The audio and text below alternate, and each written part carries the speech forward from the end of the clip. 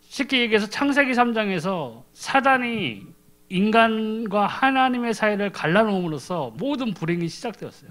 근데 모든 사람들은 부하거나 가난하거나 건강하거나 또 건강하지 않거나 나름대로 모든 고통의 문제를 안고 살아가고 있습니다. 근데 하나님은 원래 인간을 하나님과 동행하는 삶을 위해서 창조하셨어요. 그래서 모든 하늘에 나는 것과 땅에 있는 동물들과 바다에 있는 물고기들과 모든 것들을 다스리고 생육하고 번성하라는 축복을 갖고 원래는 인간이 있었다는 것입니다. 근데 사단이 개입함으로써 이걸 잃어버리게 된 거죠. 근데 인간이 하나님을 떠나 범죄하고 그때부터 고통 가운데 빠지기 시작했어요. 근데 하나님은 구원받은 우리가 이런 고통 가운데 있는 것을 원치 않으신다는 거죠. 궁극적으로는. 그러니까 회복이라는 것은 우리가 잃었던 생명을 되찾는 그 회복이 가장 중요한 우리 구원의 역사이고, 그 다음은 우리가 사단에게 빼앗겼던 것들을 다시 하나님을 믿음으로써 예수 그리스도를 통해서 우리가 그것을 되찾는다는 의미가 있는 것이에요. 자, 그러면 당신은 이 문제를 어떻게 해결하겠는가? 여기에 대해서 알아보겠습니다. 첫 번째, 인간의 고통은 언제 시작되었으면 언제 끝이 나는가에 대해서 한번 알아보겠습니다. 창세기 3장 1절에서 6절에 이 사단이 개입되는 사건이 일어나죠. 여호와 하나님의 지으신 들짐승 중에 뱀이 가장 간교하더라. 뱀이 여자에게 물어 가로되 하나님이 참으로 너희더러 동산 모든 나무의 실과를 먹지 말라 하시더냐. 여자가 뱀에게 말하되 동산 나무의 실과를 우리가 먹을 수 있으나 동산 중앙에 있는 나무의 실과는 하나님의 말씀에 너희는 먹지도 말고 만지지도 말라 너희가 죽을까 하노라 하셨느니라. 뱀이 여자에게 이르되 너희가 결코 죽지 아니하니라. 너희가 그것을 먹는 날에는 너희 눈이 밝아 하나님과 같이 되어 선악을 알 줄을 하나님이 아심이니라. 여자가 그 나무를 본즉 먹음직도 하고 보암직도 하고 지혜롭게 할 만큼 탐스럽기도 한 나무인지라. 여자가 그 실과를 따먹고 자기와 함께한 남편에게도 주매 그도 먹은지라. 여기서 이제 사단이 뱀에게 들어가서 이제 하나님과 사람 사이에 세운 그 언약을 깨트리기 위한 작전에 들어가는 거죠. 예, 여기서 인간과 하나님이 단절이 되는 사건이었습니다. 그런데 사단이 뭘 이용했냐면 들짐승 중에서 뱀이 뭐예요? 가장 간교한 짐승이었어요. 예, 그렇기 때문에 사단은 가장 간교한 그 짐승에게 들어가서 공격을 시작하는 거예요. 근데 이것이 사단이 우리 사람을 공격하는 거에 있어서 여러 가지 종류가 있는데 주로 사람을 많이 이용해요. 예, 사람을 많이 이용하고 그것으로 인해서 관계의 실패가 오게 되고 배신이나 배반을 당하게 되고 실망을 하게 되고 그래서 그 사람의 신령을 공격당하는 거예요. 근데 사단은 이런 것 전략으로 우리 사람들을 공격하고 있다는 거예요. 근데 더 재밌는 게 사단은 이 여자에게 처음에 다가서서 한 말이 하나님이 선악과를 먹지 말라고 했느냐? 이것이 아니었어요. 둘러 말했어요. 애둘러서. 모든 나무의 실과를 먹지 말라고 그랬냐? 이렇게 얘기했어요. 그러니까 이 여자가 하와가 아니다. 동산 중앙에 있는 그 나무만을 먹지 말라고 그래. 실과를 먹지 말라고 했다 이렇게 했죠. 근데 뱀이 유혹을 했죠. 또 사단이 하나님의 보좌를 탐냈던 천사였어요. 예. 하나님의 보좌를 탐낼 만큼 힘이 있던 자였어요. 여기에서도 아니다. 네가 그것을 먹으면은 네가 선악간에 아는 것을 하나님처럼 알 수 있기 때문에 하는 것이다. 못 먹게 하는 것이다. 너가 먹을 수 있다. 먹으면 네가 하나님같이 된다라고 얘기를 한 거예요. 그런데 그 얘기를 듣고 여자가 나무를 보니까 그전에는 그렇게 보이지 않았던 것이 먹음직도 하고 보암직도 하고 지혜롭게 할 만큼 탐스럽기도 하게 된 거예요. 모든 인간의 욕심이 욕망의 눈이 열려버렸어요. 그래서 그 실과를 먹었는데 자기만 먹은 게 아니라 남편인 아담에게도 갖다 준 거예요. 그리고 아담은 그걸 거부했어야 되는데 또 먹어버렸어요. 이 과정이 사단에게 한번 걸려들게 되면은 계속해서 역순환이 일어나는 거예요. 자기도 모르게. 그래서 하나님을 믿는 우리들을 공격할 때에도 사단은 똑같은 방법을 쓴다는 얘기죠. 예. 괜히 남을 미워하게 되고 이상한 말을 또 듣고 소문을 듣고 거기에 대해서 또 자기 생각의 가치를 막 뻗쳐가지고 다른 엉뚱한 것을 빠져서 가장 중요한 하나님의 말씀에서 떠나게 하는 거예요. 예. 비록 구원은 받았지만 가장 큰 선물은 생명은 얻었는데 힘을 발휘 못하는 사람들로 만들어버리는 거죠. 그리고 그러한 영향력을 받으면서 마음의 고통이 생기죠. 의심이 생기고 염려가 생기고 자괴감에 빠지면서 자기 자신을 학대하기도 하고 하는 이러한 것들에 빠져버리는 것이죠. 예. 이것이 시작의 모든 것의 고통의 시작이었어요. 사단의 계획이었어요. 예. 하나님이 하나님의 형상대로 만드시는 우리 인간들을 사단은 너무나 미워하기 때문에 하나님과의 관계를 단절시켜 버렸던 거예요. 예. 그러므로서 모든 고통의 시작이 된 거죠. 또 오늘의 본문인데 창세기 3장 16절에 20절에 보니까 또 여자에게 이르시되 내가 내게 잉태하는 고통을 크게 더하라니 내가 수고하고 자식을 낳을 것이며 너는 남편을 사모하고 남편은 너를 다스릴 것이니라 하시고 아담에게 이르시되 내가 내 아내의 말을 듣고 내가 너더러 먹지 말라 나무 실과를 먹었은즉 땅은 너로 인하여 저주를 받고 너는 종신토록 수고하여 그 소산을 먹으리라. 땅이 내게 가시덤불과 엉겅퀴를 낼 것이라. 너의 먹을 것은 밭의 채소인즉 내가 얼굴에 땀이 흘려야 식물을 먹고 필경은 흙으로 돌아가리니 그 속에서 내가 취함을 입었음이라. 너는 흙이니 흙으로 돌아갈 것이니라 하시니라. 아담이 그 아내를 하와라 이름하였으니 그는 모든 산자의 어미가 됨이더라. 처음에 받았던 그 축복이 모든 것을 다스리는 축복을 받았었는데 이제는 고통 가운데에서 이 생을 살아가게 되는 저주 가운데 빠졌던 것이죠. 그때부터 우리 사람에게는 고통의 시간이 찾아온 거예요. 하나님을 떠남으로써 이 모든 것이 시작됐다는 것이죠. 근데 불신자는 저도 불신자였지만 뭐 예수님 믿기 전에 누구나 다 불신자였지만 불신자의 삶을 살아갔을 때에는 이러한 것들을 몰랐다는 것이죠. 답이 안 나오는 삶을 살았던 거예요. 분명히 불만이 있었고 도대체 왜 나는 이런 삶을 살아갈까요? 좀 많은 가정 중에서 화목하고 돈 많은 그런 집에 태어났으면 내가 얼마나 잘 살 수 있었는데 내가 왜 이렇게 화목하지 않고 맨날 싸우고 엄마 아빠 싸우고 이런 집에서 내가 태어나가지고 내가 왜 이렇게 네가 고통을 당하고 밤에는 또 귀신이 찾아와가지고 나를 괴롭히질 않나 도대체 이게 내 삶이 도대체 어떻게 된 건가 하면서 불만에 차가지고 그래서 헛돌았다는 거죠.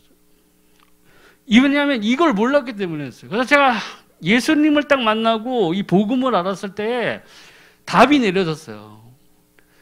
내가 살았던 삶의 원인이 여기 있었구나. 나는 하나님을 떠난 사람이었구나. 그렇기 때문에 이 사단이 나의 인생에 개입하게 되고 나는 그것도 모르고 내 자신도 조차 모르면서 나는 불순종의 아들들 가운데 역사는 그 영에서 놀아났던 것이구나 하는 것을 다 깨닫게 되거든. 근데 많은 사람들이 이것을 모르고 있어요. 우리가 그 사람들에게 가르쳐야 될 것은 바로 이 진리인 복음, 여기에서 빠져나올 수 있는 길이 무엇인가를 알려줘야 된다는 거예요. 예수 그리스도 외에는 길이 없다는 걸 알려줘야 돼요.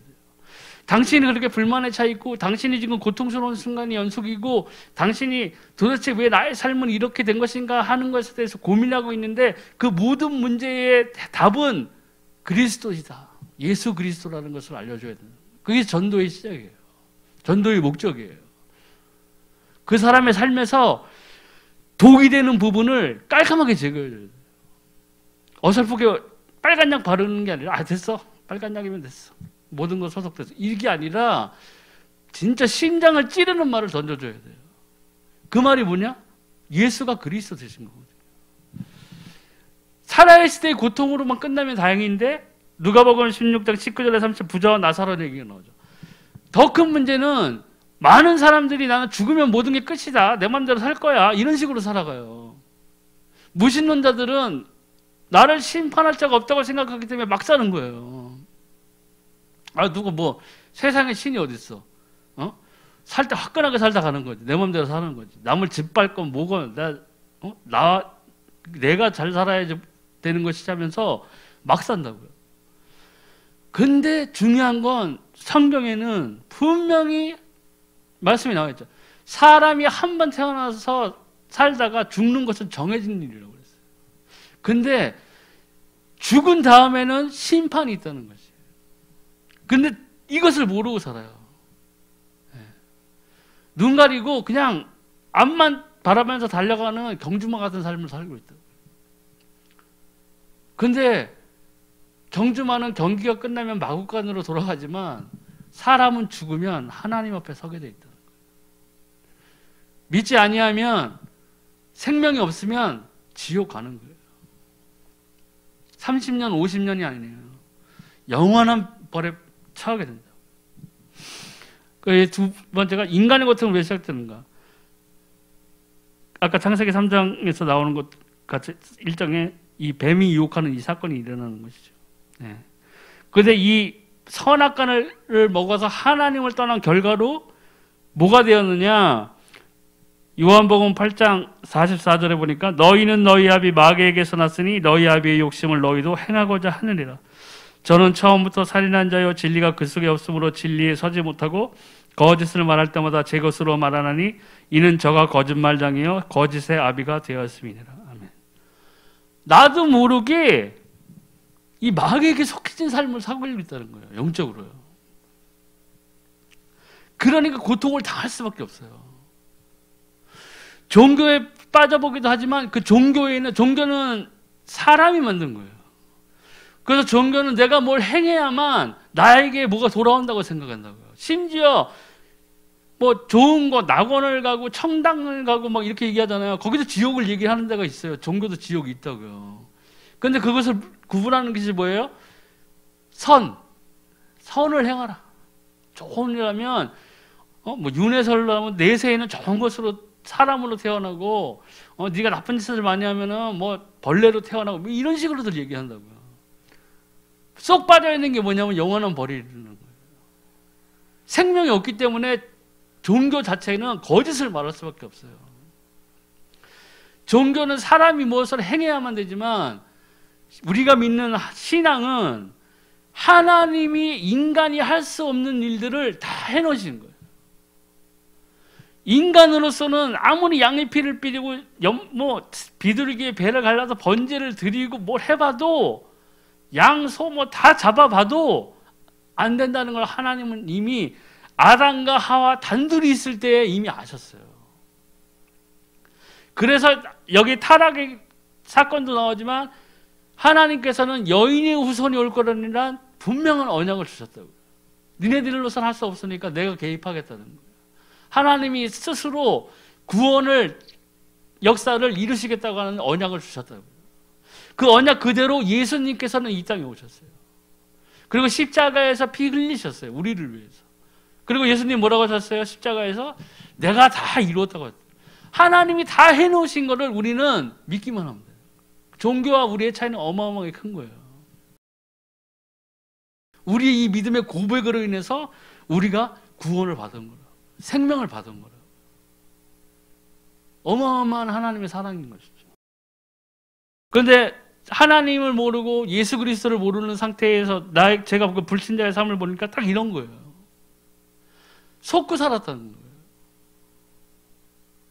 마음에 불의한 일들을 하고자 하는 그 욕망들이 일어나고 하는 것들 다 이러한 사건이 일어났다는 거예요. 그래서 이 고통은 계속 가중될 수밖에 없었다.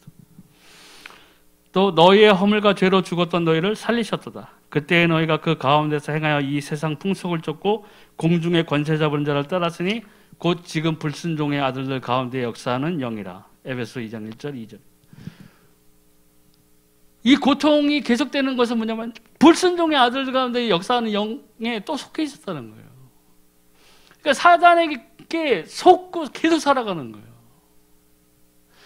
종교는 사단이 만들어 놓은 거예요. 각 지역의 우상들을, 민족에 있는 무슨 신화들 이런 것들을 통해 가지고 사단은 사람들이 하나님께 다가가지 못하게 자신의 최선을 다해서 해놨어요. 모든 것들을 다 심어놨다고요. 사상을 심어놓고 철학을 심어놓고 신화를 심어놓고 그래서 그럴듯한 뭐 그리스 신화라든가 뭐 이런 게 영화들 많잖아요. 뭐 애니메이션도 많이 나고 뭐 헤라클레스 이런 것도 있고요. 제우스의 아들이라고 그러잖아요. 흉내는 그럴듯하게 돼요. 근데 거기에 가장 중요한 게 뭐냐? 생명이 없다는 거죠. 생명이 없다는 거예요. 우리는 생명이 있어요. 그게 가장 중요한 거예요. 생명이 있어야만 천국에 가요. 생명이 있어야만 내 이름이 생명록에 있는 거라고요. 큰 교회를 다니고 동양 최대 오르간이 있고 하프, 피아노가 있는 그 교회에 속해져 있어야 내가 구원을 받은 게 아니라고요. 구원은 철저하게 1대1의 관계예요. 교회를 30년, 40년 전에도요, 예수 그리스도를 모르는 여기 앉아서 예배 드리는 사람들이 실제로 있어요. 실제로 있다고요. 여러 종교 중에 하나인데, 나는 왠지 불교는 향냄새 맡기도 싫어. 그래서 교회 가면 좀 큼지막한 교회 가면은 괜찮은 것 같은데 해서 앉아있는 사람들이 있다고요. 그리고 앞에서 생명을 얘기하는 목사님이 있다면 그나마 다행인데 다른 것들을 얘기한다고요. 잘 살아야 돼요. 생명 없이 잘 살면 뭐 할 거예요? 예수 그리스도 없이는 생명이 없어요. 내가 예수 그리스도의 이름으로 기도해서 응답을 받지 못한다면 나한테 큰 문제가 있는 거라고요. 우리 자신에게 문제가 있는 거예요. 엉뚱한 걸 구해서 그럴 수도 있겠지만은 어떻게 예수님의 이름으로 기도하는데 응답을 한 번도 안 받을 수가 있어요? 분명히 살아계신데. 처음에 예수님을 영접하고 했을 때요, 정말 너무 좋았어요. 왜? 옆에서 자매들이 범석형제 축하해요, 구원받았어, 이래서 내가 기분 좋았던 게 아니라고요.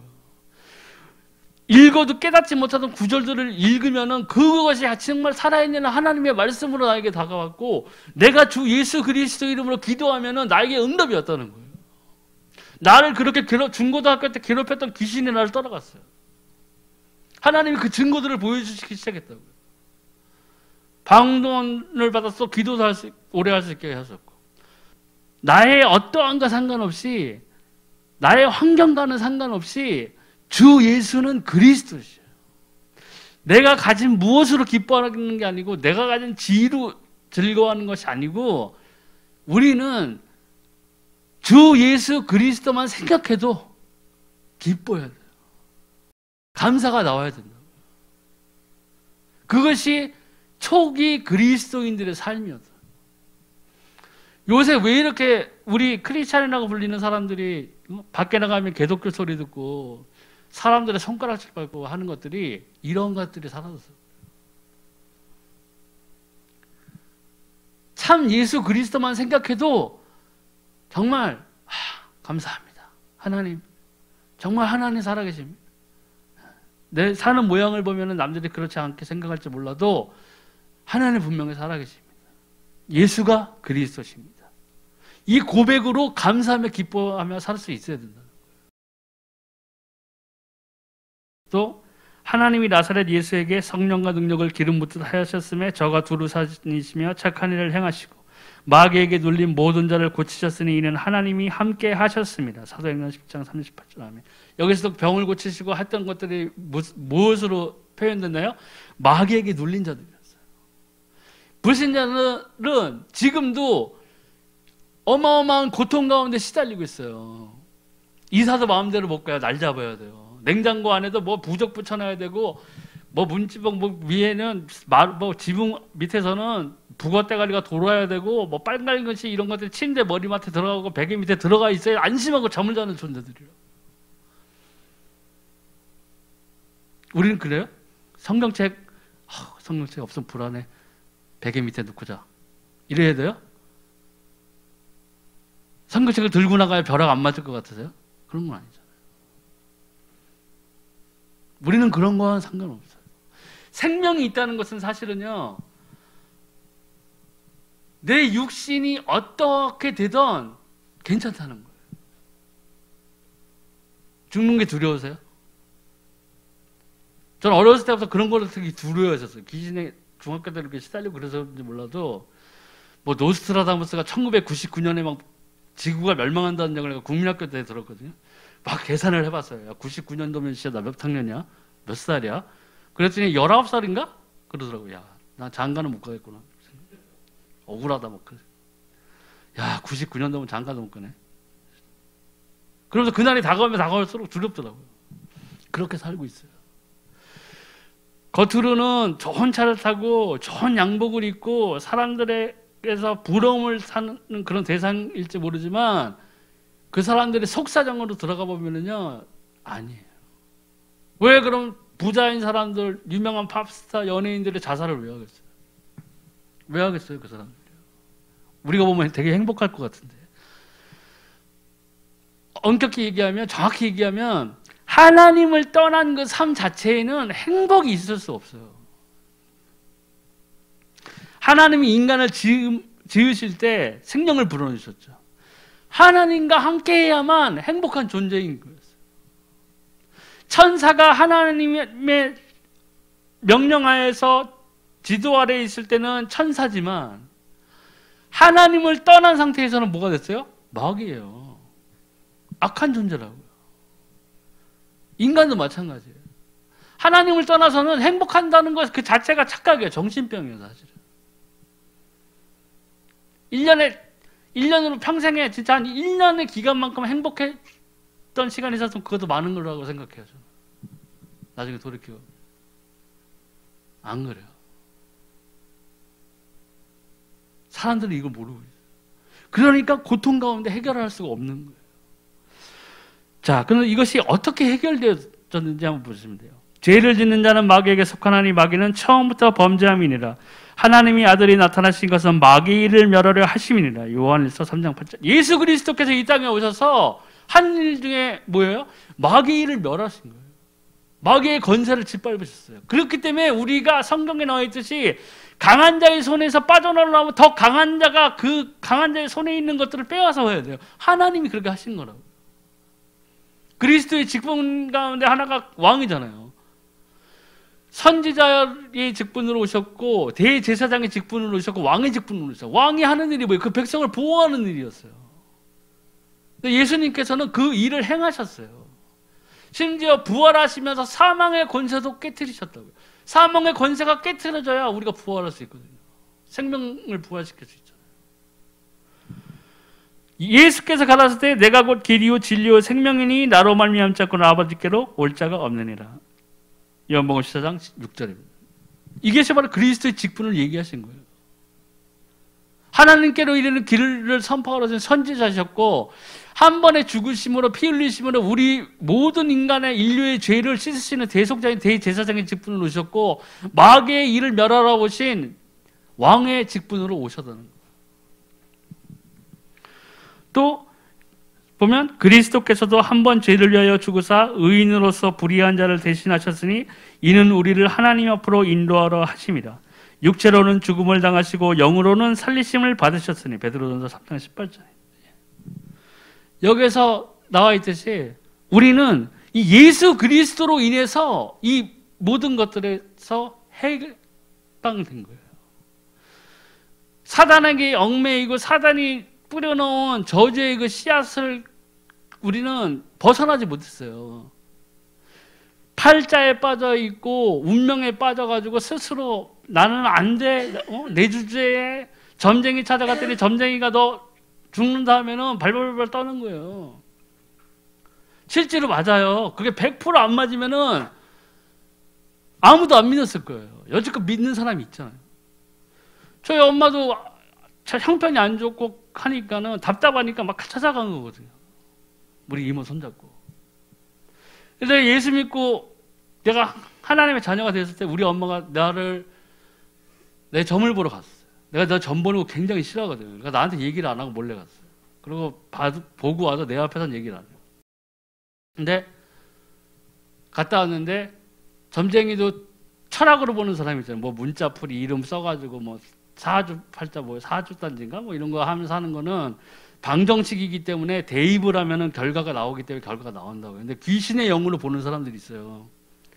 귀신의 영으로 뭐 최영 장군이 막 이렇게 써 있잖아요. 뭐 그런 사람한테 가는데 이제 엄마가 저 거를 보여준 거예요. 뭐 1971년 몇 월 며칠생 뭐 이런 거 해서 했겠죠. 그렇게 하는데 점쟁이가 딱 그랬다는 거예요. 얘는 젊게 안 나와.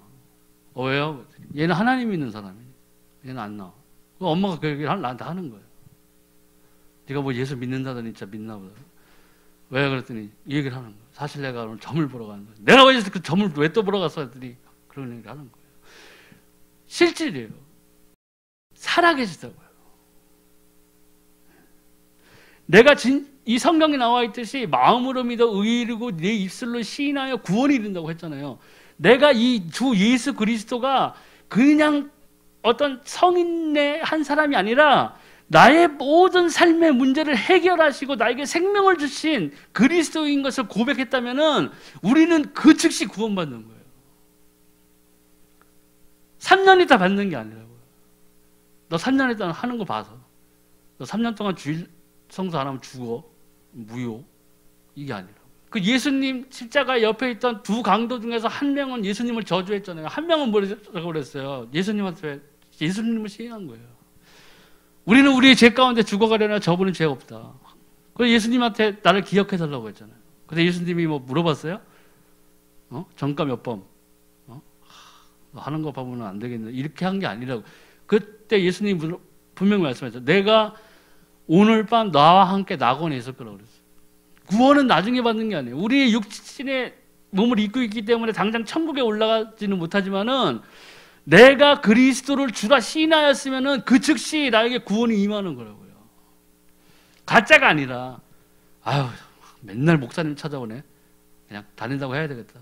이게 아니라 내가 고통받고 있는 상황, 내 인생에 있던 모든 문제들이 이 사단에게서 미뤄되었고 내가 사단에게 종살이하고 사단에게 속해가지고 아무것도 할 수 없는 그 영적 신분의 자리, 불순종의 아들들 간의 역사는 영이 휘둘려 있던 그 삶의 모습에서 예수 그리스도를 통해서 내가 모든 구원의 역사를 나에게 생명을 주신 분이라는 것을 믿고 고백했다면은 우리의 구원이 온 거예요.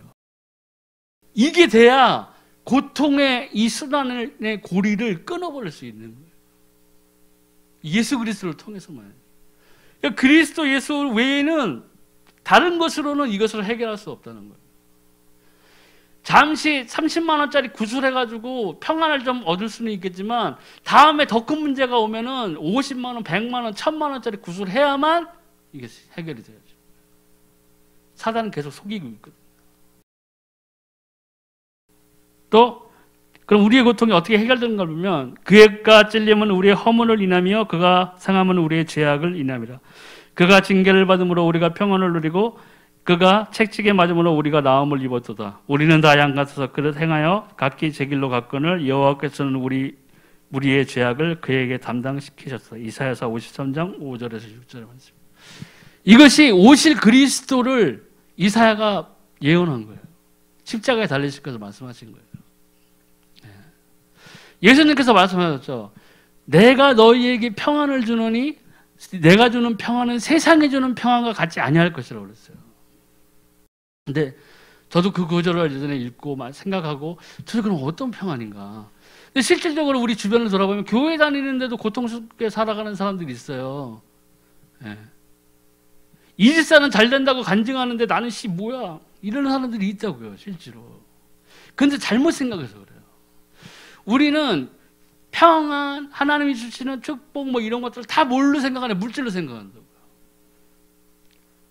근데 이 예수님이 말씀하신 평안은 이 사단에게 속해져 있었던 저주의 사슬 가운데에서 고통받고 있던 거기에서 우리가 풀려났다는 것을 보여주는 평안이에요. 우리가 생명을 얻었다는 거예요. 근데 우리는 자꾸 세상적인 것으로 바꿔버리려고 하는 거예요. 그러니까는 문제가 해결이 안 되는 거예요. 그러니까 자기 탓하고 교회 탓하고 목사님 탓하는 거예요. 교회 안에서 앉아 있어서 예배를 드려도 하나님을 만나지 못하고 주 예수 그리스도를 만나지 못하면요 방황하게 돼 있다고. 믿음의 반석이 아닌 거예요. 그러니까 남들이 엉뚱한 소리 하면은 그리 가버리는 거예요. 어머니 하나님 있는 거 아세요? 너 몰랐는데. 야, 어머님 하나님 있었는데 우리 목사님 한마디도 안 해줘가지고 나 이렇게 됐다고. 가버리는 거예요. 유혹하는 영이 있거든요. 미혹하는 영이 있다고요. 그런 것들이 사단이 역사하는 모든 것들이에요.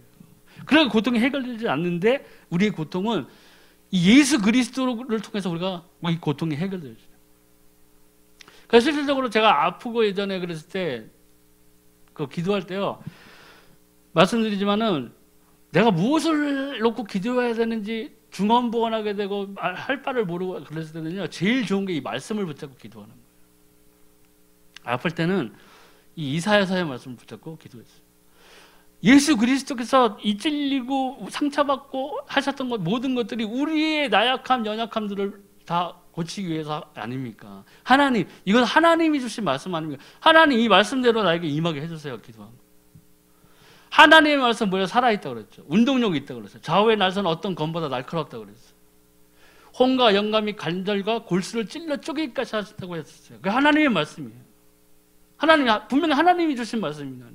하나님의 말씀대로 나에게 역사하고 있어요. 이 세상의 모든 종교들이 자기들이 나름의 경전을 갖고 있고 뭐 딴 것도 갖고 있어요. 기적을 행하기도 해요. 예. 귀신도 쫓아내고 병도 낫게 한다고요. 근데 흉내내는 게 흉내낼 수 없는 게 하나 있어요. 말씀이에요. 생명이 있는 이 하나님의 말씀은 흉내낼 수 없어요. 예수님께서 광야에서 40일 금식 이후에 사단이 직접 시험하러 찾아왔죠. 예수님을. 그때 사단이 뭘로 공격했어요? 말씀으로 공격했어요. 예수님은 말씀으로 방어했어요. 그 말씀이 우리에게 있어요.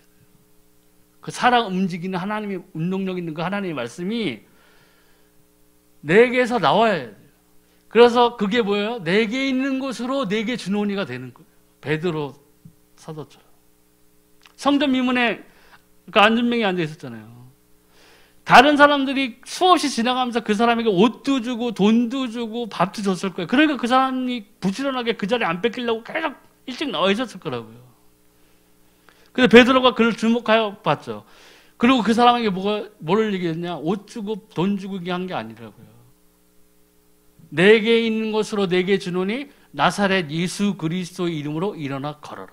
그 문제를 해결했어요. 생명을 준 거예요. 딴 거 장황하게 얘기할 필요가 없어요. 왜요? 하나님의 말씀입니다. 내게 있어야 돼요. 내게 이게 경험치가 없고, 뭐 경험치라면 좀 이상하다. 내게 이런 하나님의 말씀이 내게 이 삶에 성취되는 것이 없으면 사실은 뭐예요? 내게 있는 게 아니잖아요. 내게 있는 것으로 다른 사람에게 줘야 된다고요. 내 주변에 불신앙을 가지고 고생하고 어려운 삶을 살아가고 목적도 없이 살아가고 정말 귀신의 영향에 시달리는 그런 사람들이 있다고요. 그런 사람들에게 뭘 줘야 돼요? 우리 교회 좋아요가 아니라니까요. 페이스북 보내주고 이게 아니에요. 우리 교회 밥 맛있어요가 아니라고요. 뭘 줘야 돼요? 예수 생명을 줘야 돼요. 당신에게 다 있는데 뭐가 없다. 제일 중요한 게 없다. 생명이다. 불교 믿는 사람한테 가가지고 부처 그거 완전 어디 우상을 믿고 그러니까 네게 꼬라지가 이러지 이렇게 해보세요. 싸움밖에 안 나요. 저는 불교 신자 있는 사람들하고 얘기하면 불교 절대로 안 까요. 좋습니다. 좋아요. 나쁘게 말하는 건 없잖아요. 도둑질이라는 아니잖아요. 다 좋아요. 절에 가면 건강식도 되고 채식 많이 하고 좋다고요. 공기도 좋고 다 좋아요. 근데 좋은데 뭐가 없냐? 제일 중요한 생명이 없다는 거예요. 우리 크리스찬들은 그런 사람들에게 뭘 전해줘야 되는 거예요? 생명을 전해줘요. 그게 전도예요. 그래야 현장에 있던 사람들이 복음을 받아들여서 구원을 얻고 구원을 얻은 사람들이 와서 예배를 드려야 그 예배를 하나님이 받아준다. 그냥 무작정 옆집 아줌마 그냥 손 끌고 와가지고 여기 앉혀놓는다고 그래서 그 사람이 구원받은 게 아니란 말이에요. 그 사람은 영은 어디 속해 있어요? 사단에게 속해 있는데 여기 앉아 있어요. 누가 제일 먼저 공격해요? 사단이 제일 먼저 공격하는 거예요. 더 고통스럽게 한다고요. 그러니까 뭐 교회 나와도 해결되는 게 없는데 그러고 가버리죠. 그럼 그 사람은 다음에 전도하기가 굉장히 어려워집니다. 그러니까 사람들 믿지 않는 사람들 중에 전도가 제일 어려운 사람들이 교회를 어설프게 나왔던 사람들이 전도가 아니에요. 다 다녀봤어 나도. 옛날에 다 다녀봤어. 웃기지만 돈 없으면 교회 못 가는 거야. 이렇게 얘기한다. 더 힘들어지는 거야. 바로 알려줘요. 또 그의 손을 만지시니 열병이 떠나가고 여인이 일어나서 예수께 수종들더라. 정을 내 사람들이 귀신 들린 자를 많이 데리고 예수께 오거늘 예수께서 말씀으로 귀신들을 쫓아내시고 병든 자를 다 고치시니 이는 선지자 이사야로 하신 말씀에 우리 연약한 것을 친히 담당하시고 병을 짊어지셨도다 함을 이루려 하심이더라. 아멘. 마태복음 8장 15절에 17절 여기 나오잖아요. 이 이사야서의 말씀 그대로. 그러니까 하나님의 언약 구약은요 한마디로 오실 예수님을 말씀하신 거예요. 신약은 이 오신 예수님을 말씀하신 거예요. 말씀대로 성취된 거예요. 창세기 아담과 하와 단둘이 사단이 뱀을 통해 가지고 하나님과의 관계를 싹 단절시켜 버리고 딱 둘이 있을 때에도 하나님은 자 다시 리셋 다시 다행이다 그래도 둘이 있을 때 이거 아니라 단둘이 있을 때 구원의 언약을 주셨어요. 여인의 후손이 올 거라고 그랬어요. 왜 여인의 후손이 와요? 우린 다 남자의 씨를 받았는데 예수님은 성령을 잉태하셨잖아요. 성령 신하셨죠. 왜 그래야 돼요? 원죄가 없어야 돼요. 아담이 첫사람으로서 죄를 졌기 때문에 아담의 모든 씨를 받은 사람들이 뭐가 있냐면 하나님을 떠난 원죄가 있었다는 거예요. 그렇기 때문에 하나님의 대속물로 오셔야 될 그리스도는 원죄에서 해결되어 있어야 돼요. 그렇기 때문에 성령으로 잉태하신 거예요. 아담의 씨가 아니라. 근데 천주교에서는 그게 아니고 뭐 마리아도 그렇다고 그러죠. 무죄하다. 마리아도 원죄 없다. 그 왕도 원죄 없다고 뭐 그런 소리도 하는 것들 아니라고. 속고 있는. 그래서 첫사람 아담으로 인해서 모든 사람에게 죄가 들어왔고 마지막 사람 예수로 인해서 그 죄가 끊어진 거예요. 성경에 나와 있어요. 잘 알아야 돼요. 그러니까 예수님조차도 하나님의 이 말씀을 이루는 사역에서는 예외가 없었어요. 말씀 그대로 이루려 하셨다는 거예요. 또 예수님을 영접하고 하나님과 자녀가 되는데 이런 고통이 있는 것은 이미 내 것이 아니에요. 우리는 그 고통에서 벗어날 수가 있어요. 이 예수 그리스도를 통해서. 그럼 우리가 예수 그리스도를 통해서 이 고통에서 어떻게 벗어나는 지금부터 어떻게 시작해야 되냐? 너희 염려를 다 주께 맡겨버리라. 이는 저가 너희를 권고하심이라. 베드로전서 5장 7절. 이걸 염려를 다 주께 맡겨버려. 어떻게 맡기는 거예요? 보따리에 싸가지고 맡기는 것도 아니고 기도해야 돼요. 기도하고요. 그 기도를 가로막고 응답을 가로막고 있는 죄가 내게 있다면 그 죄에서 떠나야 돼요. 축복해줘요. 남을 축복해줘요. 우리 이게 훈련이 필요해요. 우리 남이 잘 되면 막 이상하게 뭐 사촌이 땅을 사면 배가 아프다. 옛날 속담도 있는데 우리 민족 옛날부터 그런 게 있었던 것 같아요. 질투. 근데 질투, 시기, 염려 이런 것들은 뭐예요? 사단이 주는 거예요. 하나님이 주시는 게 아니에요. 그러니까 우리는 자기 진화를 잘해야 돼요. 그러니까 이런 것들을 위해서 기도해야 된다. 또 내가 그리스도와 함께 십자가에 못 박혔나니 그런즉 이제는 내가 산 것이 아니요 오직 내 안에 그리스도께서 사신 것이라. 이제 내가 육체 가운데 사는 것은 나를 사랑하사 나를 위하여 자기 몸을 버리신 하나님의 아들을 믿는 믿음 안에서 사는 것이라. 아멘. 갈라디아서 2장 20절. 하나님 안에 있어요. 임마누엘 하나님의 복을 누려야 돼요. 하나님과 동행하는 것이 임마누엘 하나님의 복이잖아요. 그럼 하나님이 보이지도 않고 성령이 내 눈에 보이지도 않는데 어떻게 하냐는 거죠. 하나님의 뜻대로 살아가야 돼요. 하나님의 뜻대로. 요셉도 하나님과 동행한 사였죠. 또 초창기 하나님이 세운 그 믿음의 모델들이 다 하나님과 동행하는 삶을 살았다. 요셉의 삶을 봐도 동행하는 삶을 살았는데 마냥 행복했나요? 아니잖아요. 형들한테 꿈 얘기 자랑 한번 했다가 막 구덩이에 빠지고 저거 죽여 살려고 그러는데 그나마 긍휼을 얻어가지고 야 죽이는 건 좀 그렇고 노예상에 팔자 해서 뭐 그런 역정들을 계속 지나다더라고요. 근데 재밌는 게 그 애굽에서 보디발의 집에서 노예 생활하고 할 때도 거기에 성경이 뭐라고 했냐 하나님과 같이 하였다고 그랬어요. 요셉이 그 뜻대로 사신 거예요. 그러니까 요셉이 국무총리가 되고 한 거라고요. 근데 그 국무총리가 된 이유도 부자의 모델로 세우기가 아니었고 뭐예요? 이스라엘의 민족이 유대 민족이 뭐예요? 이 겪을 대역 기근에서 벗어나서 그들을 생명을 유지시키기 위해서 국무총리를 만들어 놓은 거예요. 요셉이 나중에 자기 형들한테 그러잖아요. 이거는 당신이 한 것이 아니다. 당신들이 한 게 아니다. 하나님이 이 민족을 구원하기 위해서 나를 먼저 보내신 거라고 요셉을 정확하게 얘기했어요. 다 죽여버릴 거야 이게 아니라 너희들 옛날에 나를 그렇게 구덩이를 파가지고 나를 그렇게 세게 던졌어? 셋째 형? 넌 죽었어 오늘. 그게 아니에요. 그러니까 믿는 우리들은 이 언약을 잡고 말씀을 갖고 있다면 우리가 남들에게 핑계하고 남들을 비난하고 시기하고 질투할 이유가 하나도 없는 거예요. 그러니까 참된 크리스찬 성경에 나왔던 신약 시대의 그 사도들과 그 사도들의 제자들 가운데서도 뭐 디모데라든가 이런 사람들의 행적이라든가 그런 것들을 보면은 그러한 것들이 없는 거예요. 왜? 하나님과 동행하는 삶을 살았기 때문에. 하나님 말씀만 있었어요. 말씀이 선포될 때 뭐가 제자 5천이 생기고 막 이랬잖아요. 그게 성경의 신약에도 보면 나와요. 말씀이 힘을 얻고 말씀이 흥황하여. 베드로가 잘생겨서가 아니라고요. 바울이 화려한 웅변을 술로 그 사람들에게 현혹을 시킨 게 아니라고요. 나오는 건 말씀인데 하나님의 말씀이 나왔어요. 하나님의 언약을 가진 말씀들, 생명력 있는 그 하나님의 말씀이 바울과 베드로와 사도들과 디모데와 그 제자들에게 입에서 나온 거라고요. 그랬더니 그 말씀이 뭐예요? 힘을 얻었어요. 말씀이 흥황했어요. 그러니까 듣는 사람들의 귀가 열려지고 문이 열려진 거예요.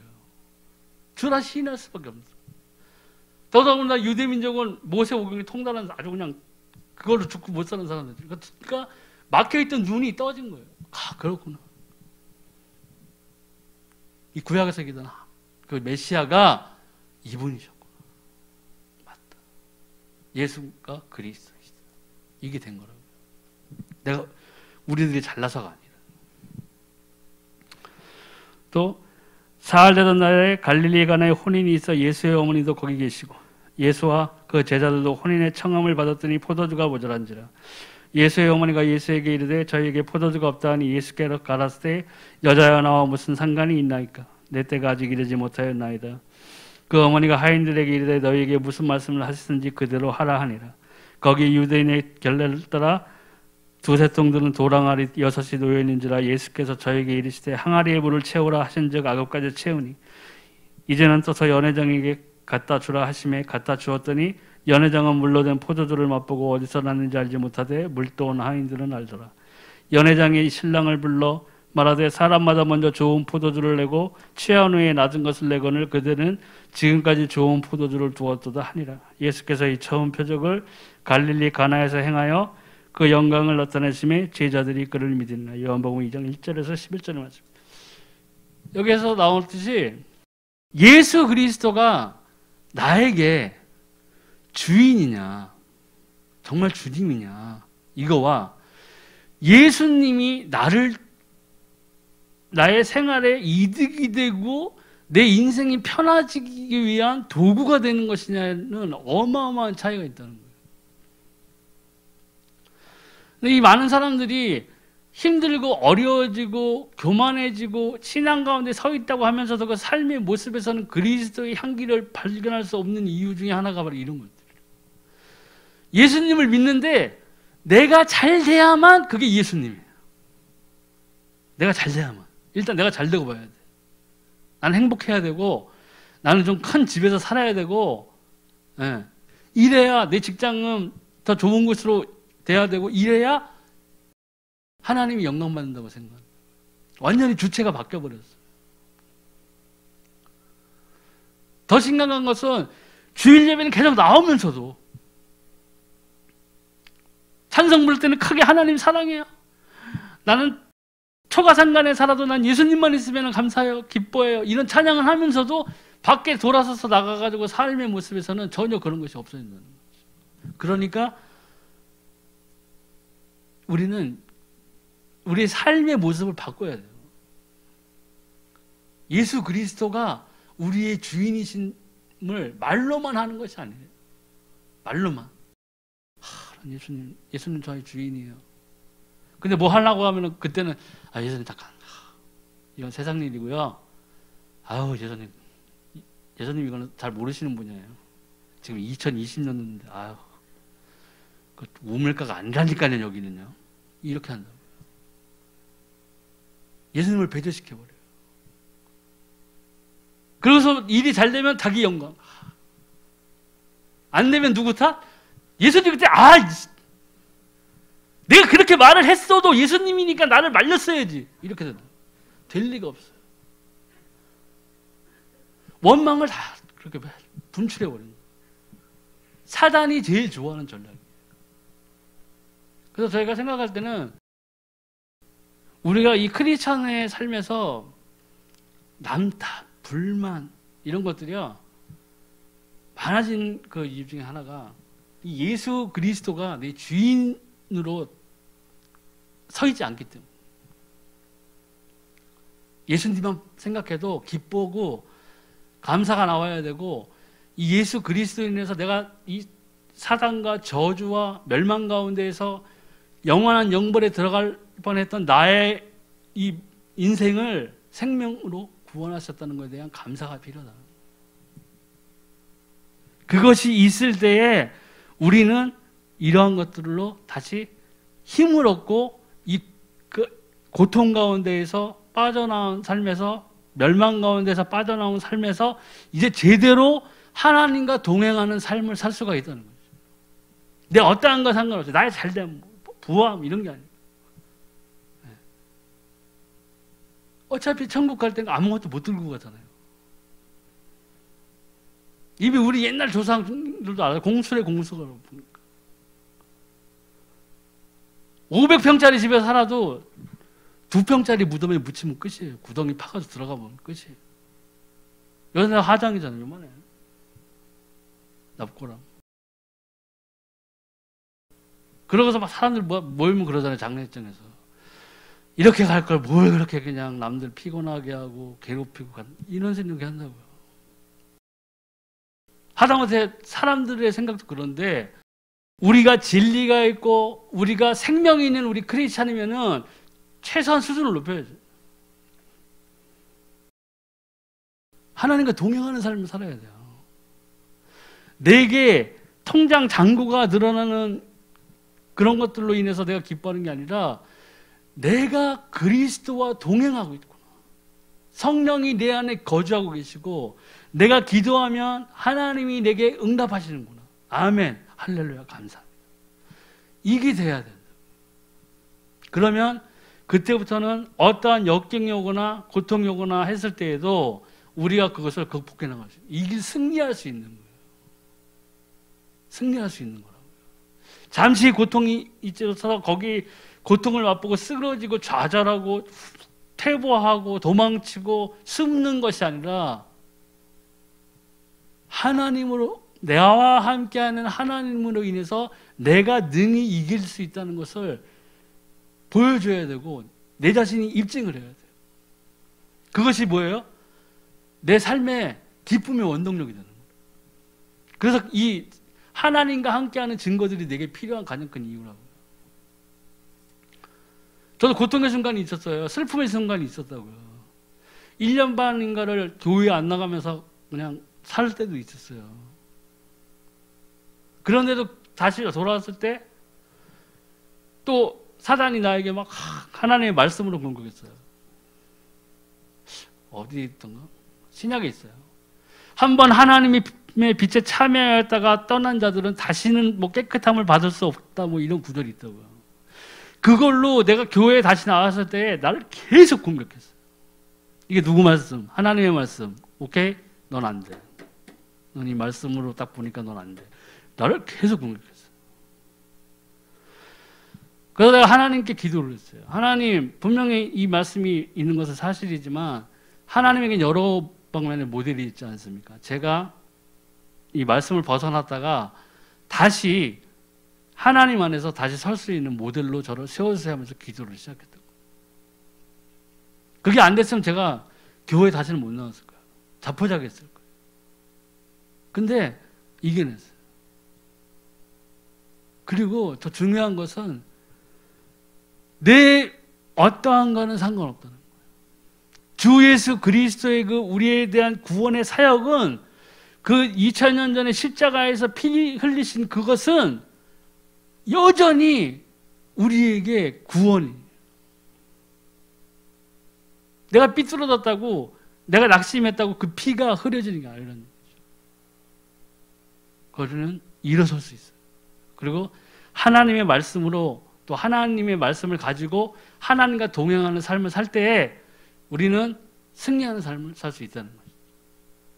그렇게 승리를 얻고 하는 삶을 살아야 우리가 내게 있는 것으로 내게 주는 이가 되는 거예요. 다른 사람들에게 떳떳하게 얘기할 수 있어요. 예수가 그리스도시다. 넌 다 좋고 넌 다 있는데 제일 중요한 게 없다. 뭐? 생명. 이 생명은 예수 그리스도에는 없다는 것을 정확하게 알릴 수 있다는 거죠. 그래서 우리가 이 말씀으로 힘을 얻고 또 우리의 삶에서 이것이 적용되어지면 정말 우리가 남은 우리 그 인생에서 하나님의 빛의 사자가 되고 우리가 생명을 전하는 이 전도자가 될 수 있다는 것입니다. 오늘 여기서 말씀 마치겠습니다.